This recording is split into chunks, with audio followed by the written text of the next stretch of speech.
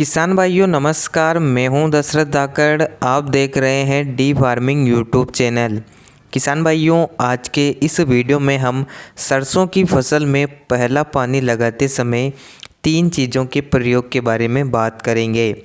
किसान भाइयों, जब सरसों में पहला पानी लगाया जाता है, यह स्टेज सबसे महत्वपूर्ण मानी जाती है। इस समय पौधा 3 से 4 पत्ती या 5 पत्ती का हो जाता है। जब पहला पानी लगाया जाता है, उसके 5 से 7 दिन के अंतराल के बाद पौधे में नई नई टहनियाँ निकलना शुरू हो जाती हैं, यानी कि ब्रांचिंग निकलना शुरू हो जाती है।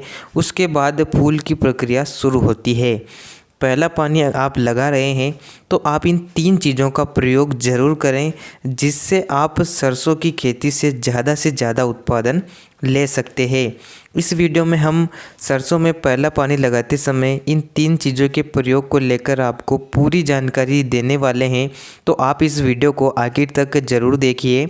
चैनल पर नए हो, चैनल को सब्सक्राइब कर दीजिए, घंटी के निशान को चालू कर दीजिए, जिससे आपको हमारा हर एक वीडियो तुरंत देखने को मिल सके। किसान भाइयों, सबसे पहले हम बात करते हैं सरसों में पहला पानी कब लगाना चाहिए। किसान भाइयों, बुवाई के 20 से 25 दिन के अंतराल में वैसे आमतौर पर पहला पानी लगा देना चाहिए। अगर आपने काली मिट्टी या अच्छी मिट्टी में सरसों की बुवाई की है तो आप 30 से 35 दिन के आसपास भी पहला पानी लगा सकते हैं। पहला पानी आपके खेत की मिट्टी पर निर्भर करता है, तो आप उस हिसाब से सरसों में पहला पानी लगा सकते हैं। अब बात करते हैं कि आपको सरसों में पहला पानी लगाते समय किन चीज़ों का प्रयोग करना चाहिए। किसान भाइयों, आपकी फसल में अगर अच्छी ग्रोथ हो रही है, फसल में ज़्यादा फुटान भी होगी, तो आप व्यर्थ में किसी चीज़ का प्रयोग ना करें। आपकी फसल अगर कमज़ोर है तो आप इन 3 चीज़ों का प्रयोग कर सकते हैं। किसान भाइयों, पहली चीज़ हम यहाँ पर लेंगे यूरिया।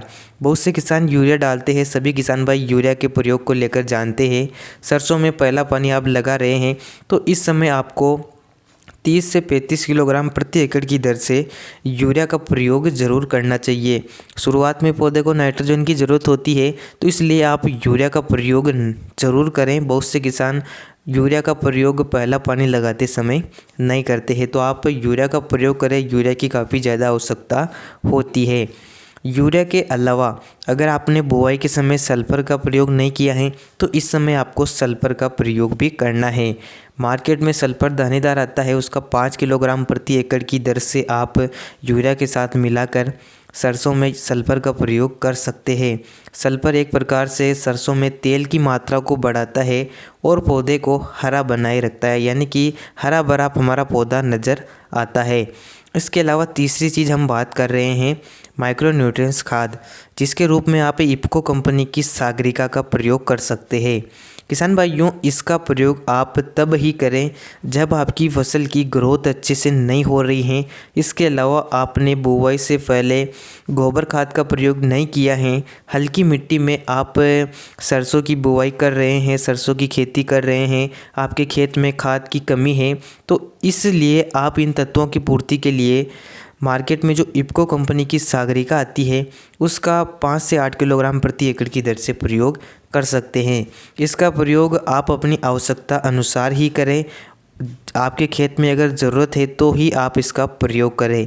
अगर आप इन तीनों चीज़ों का प्रयोग करते हैं तो इससे शुरुआत में सरसों के पौधे को सभी पोषक तत्व मिल जाते हैं, जिससे पहला पानी लगाने के बाद जब पौधे में ब्रांचिंग निकलना शुरू होती है तो उसमें ज़्यादा फुटान आती है, ज़्यादा ब्रांचिंग निकलती है, ज़्यादा टहनियाँ निकलती है। ज़्यादा टहनियाँ निकलेंगी तो पौधे में ज़्यादा फलियाँ भी बनेगी। तो इस प्रकार से आप इन 3 चीज़ों का आवश्यकता अनुसार प्रयोग कर सकते हैं, जिससे बहुत ही शानदार रिजल्ट आपको मिलेगा। उम्मीद करता हूँ जानकारी पसंद आई होगी। वीडियो को लाइक अपने किसान भाइयों के पास शेयर करें। धन्यवाद। जय किसान।